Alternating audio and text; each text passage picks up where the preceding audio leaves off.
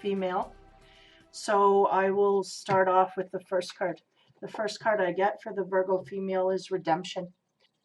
So there may be a situation where you are in the throes of having to redeem yourself to people outside of you.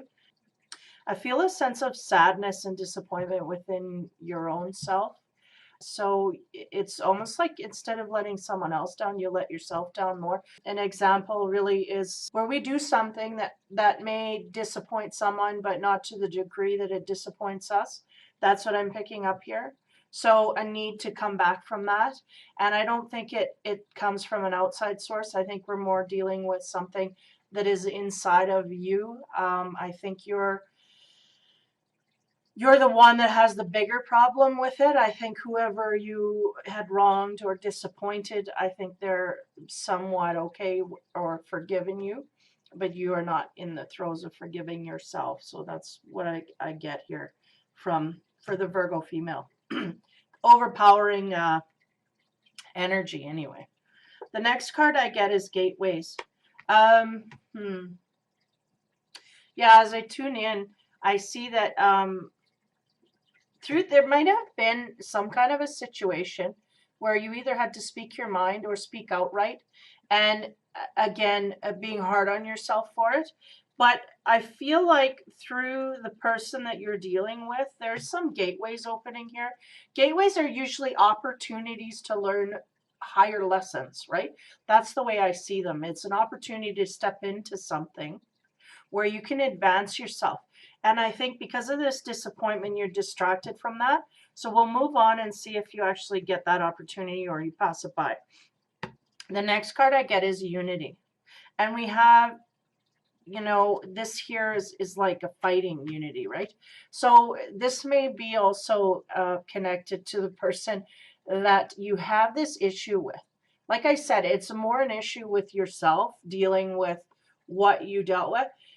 But the person is the conduit for the lesson, right?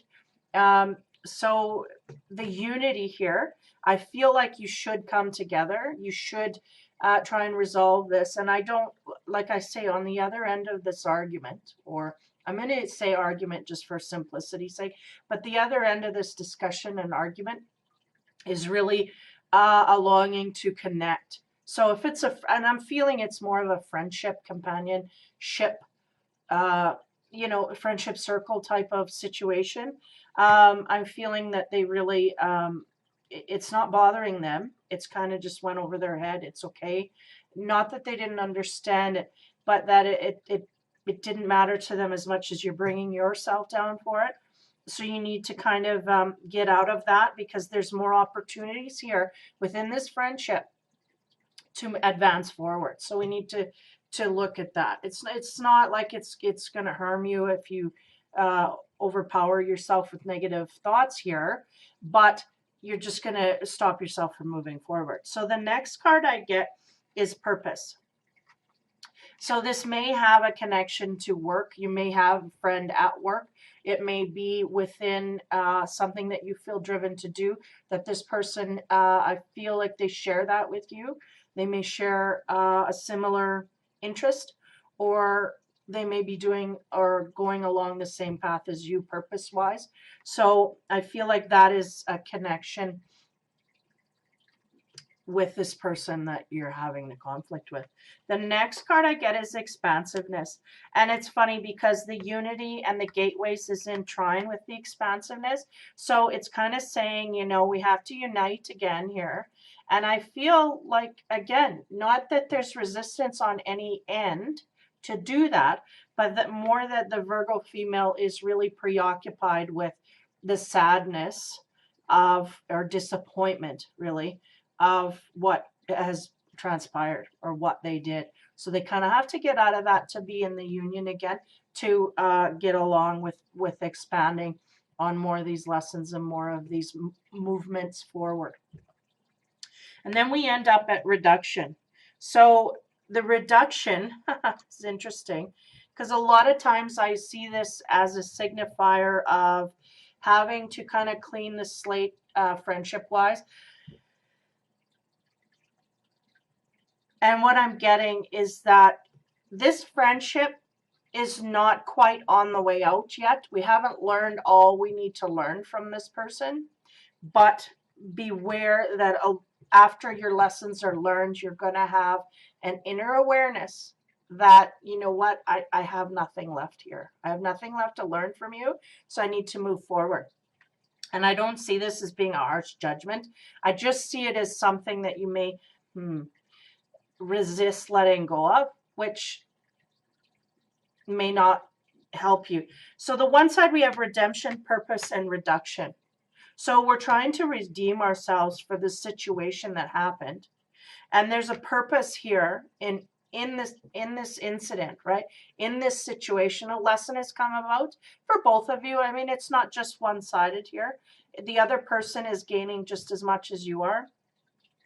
And that has to do with your purpose, or maybe highlighting your purpose and highlighting also to them that purpose that kind of brings you together, and then eventually will veer apart from that.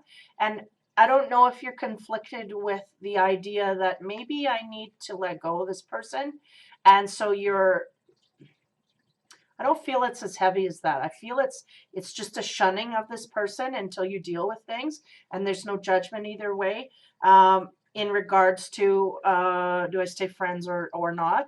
So, but I feel like this is coming down the road, and you'll know when, and you'll know when it's right. Both of you, I feel, will come across this, maybe not at the same time, but you will eventually just part ways, and it will be amicable and agreeable. You have nothing left to learn from this person, and this mate, as you know, and it could be just a friend, a soulmate that is meant to, you know, learn you a lesson, and that's really what it is. So beware that through the spring you may actually lose contact with this person. And I mean, roads can come back, you both can develop, and then you can come back again. So keep that in mind. It may not be an all lifetime kind of thing. It just may be, you know what, you've learned at this point all you can learn. They need to develop on their own with other people, and you need to develop in the same way. So that's how it's going to play out. And that's kind of what I see here.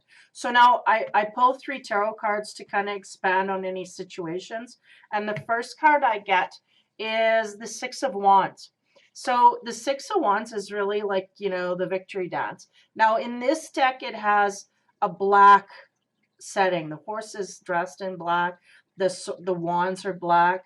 So we have to keep in mind that we don't want to be shady in dealing with a lot of getting to the top of things. And by the top of things, I mean learning lessons. I think there's an integrated way here that the Virgo females are actually they're understanding there's something here that I have to learn. So a deeper understanding of that, they just get that. And so in the process, beware not to either badmouth or slander. That's the word that came at me, slander. Beware of that. Just kind of keep it in a minimal, because it makes things harder down the road. The next card I get is the Lovers. So the Lovers here, we could have 2 scenarios this could match with. Now, the Lovers is usually a symbol of choice. And in this card, we have 2 people, and they're divided by a sword. And the sword is about communications, right? And see, I'm getting stuff here. The sword is like dipped into the ace, you know, to a cup, right? So the cup is emotions. So we have to have clarity of our emotions in order to communicate, like to connect properly. And we need to communicate to connect properly. So there may be a situation separate from the little thing here, separate from the incident, where we're really having success in a relationship. The next card I get is the 7 of Swords. Okay, so we got to beware here, because the energy is really flipping and flopping. And from the 6 of Wands and this incident alone, I feel like there's a bit of a darkness here. So if we're talking about Lovers, which is highlighted, and then we've got a victory here, I feel like that victory is blackened by something. I feel like there's a success in a relationship that is going on that may be false, okay? Now, the reason I think it's false is because the next card I get is the Seven of Swords. So the Seven of Swords is really about sneaky behavior. Someone is doing, knowing that they are wrong in doing it, but they do it anyway. And they get away with it. Getting a scenario where there's some sneaky behavior between a pair of lovers, and there's a sense for one of the couple to feel like they are happy with things, though there's actually something there that is hidden. And I don't know that that will be found out or not in the near future. I feel like it's kind of hovering. But nonetheless, there's something underneath here that is wrong. So I'm feeling like somebody has a false sense of security in the relationship when they really should be watching what's going on a little more closely. I'll leave it at that. I don't like going into weird scenarios like that too much. Basically, somebody's getting away with something that they really shouldn't. If their partner knew, it would be detrimental to the relationship is what I'm getting. And not only that, it comes down to a choice. So I pulled some clarification cards, and I have a fortune card and a surrender card. So the surrender card I pulled for you is surrender to what is. So flow with what is instead of fighting it. When you can't change a situation, compassionately accept it exactly as it is, and it will bring you peace. That's pretty much self-explanatory. Yeah, status quo. I think I'm picking up on a little bit of this relationship scenario, a little bit of judgment, like we've had past behavior. So if we are aware of this, and this becomes a situation where it's repetitive, then know that that is what is and cannot be changed. So we need to, I'm getting a scenario like, you know, this person's cheated or gotten away with stuff or done negative things to the relationship in the past.